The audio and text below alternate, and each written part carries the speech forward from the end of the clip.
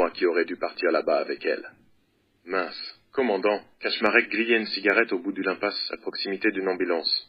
Les poings solidement plongés dans les poches de son blouson, Lucie, furieuse, shoota dans un caillou du bout du pied.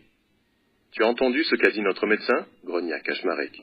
« Tu as sans doute une tendinite ?»« Non, je vais faire des étirements, je suis sûr que... » « Écoute, Annabelle, Turin et Moinet ont déjà travaillé ensemble par le passé. Il connaît son affaire et en plus, il a autorité sur toi concernant ce genre de décision. Alors tu devrais passer à autre chose. Je te rappelle que tu dois te farcir le rapport sur ce qui vient de se passer. » Lucie ouvrit grand les mains devant elle, en signe de désapprobation. Mais Manon refusait quasiment de partir avec lui. Vous savez ce qui est noté dans son MTech ? Ne plus jamais travailler avec ce pervers. Ce pervers. Kaczmarek regarda autour de lui, s'assurant que personne n'entendait. « Je t'interdis de cracher sur un collègue, d'accord ?» Moinet est parti de son plein gré. Personne ne l'a forcé. Lucie ne voulait pas en démordre. Elle insista.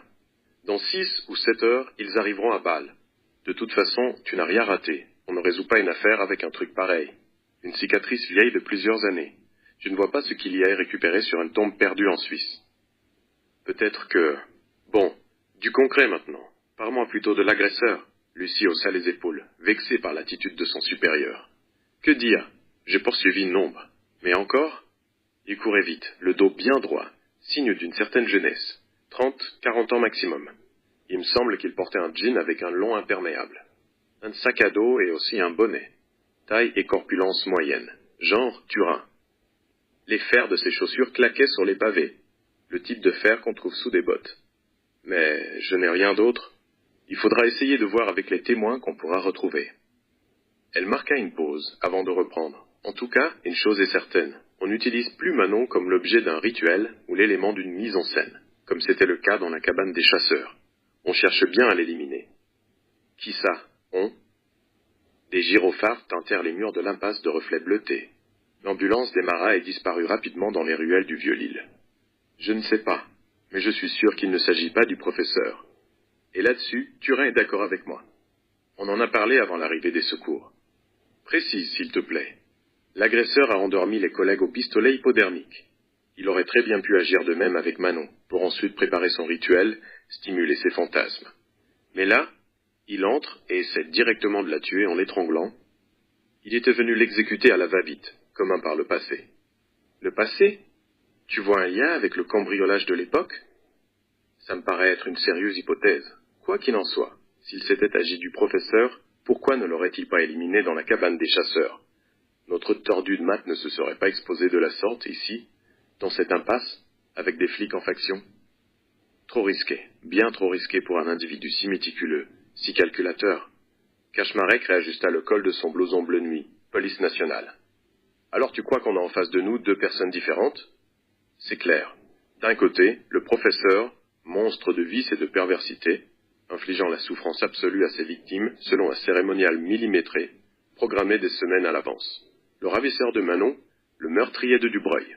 De l'autre, un individu qui a peur de ce qu'elle pourrait découvrir. Probablement le même qu'il a déjà agressé à Cannes pour la même raison, et qui se croyait hors de danger parce que Manon avait perdu la mémoire et qu'elle était donc, à ses yeux, comme morte. L'homme aux bottes se serait réveillé parce que le professeur est de retour, parce que l'affaire est sous les projecteurs, et que Manon se voit propulsée au centre de tout ce micmac ? Exactement, c'est le mot, réveillé. Imaginez-le tranquillement installé chez lui, à regarder la télé ou à lire le journal.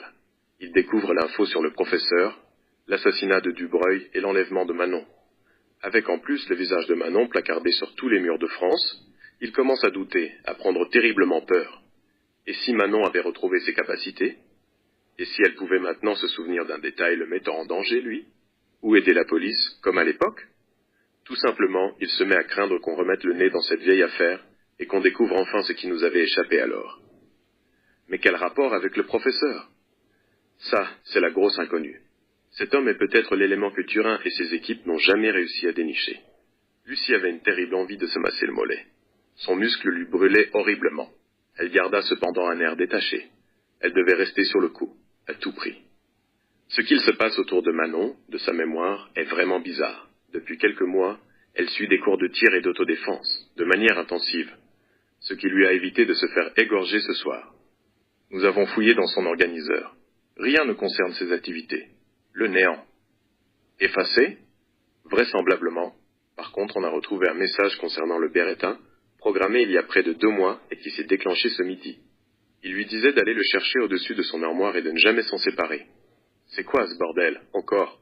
Quelqu'un a déposé le flingue à cet endroit, lui a fait prendre des cours de tir et a programmé ce message, sûrement pour la protéger. Son N-Tin a été trafiqué, j'en suis persuadé. Son frère? Lucie se pinça les lèvres dubitatives. D'instinct, on pense tous à lui, bien évidemment. Mais en réfléchissant, je ne suis pas si sûr. Je crois quand même qu'il va falloir cravacher Frédéric Moinet plus sérieusement, dit Keshmarek. Lucie acquiesça. Cette affaire prend vraiment des proportions démentes.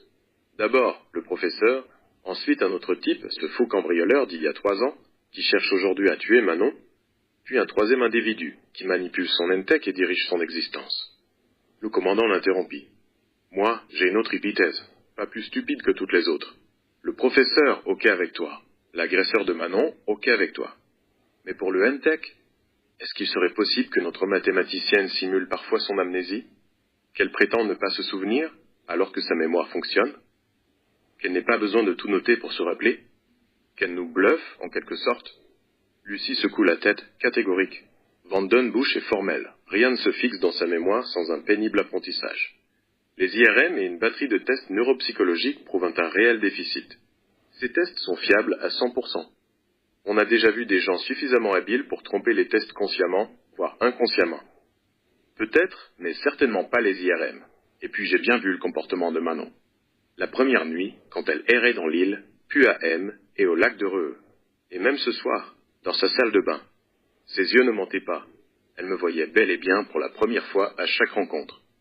Sous l'effet d'une soudaine bourrasque, les boucles blanches de Lucie ondulèrent devant le bleu de ses yeux.